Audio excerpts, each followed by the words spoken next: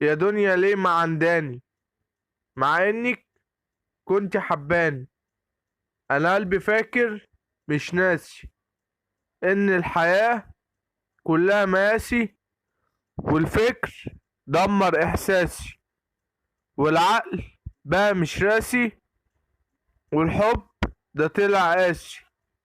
الكلام كله لازم يتقال عشان الناس تفهم ان الدنيا ميزان، واللي هيكسب هما التقال. وفي دايما اليمين والشمال، كل مكان فيه الحلو والوحش، وكلام عارف صاحبه، وكل واحد وبراحته. ولو على الفلوس معانا بنكو، وفلوس دولار وفرانكو كلها بتتكلم من غير صوت، وكله عايز يفهم بهدوء. بس نصيحة مني، خليك شخص عادي بدون كبروت.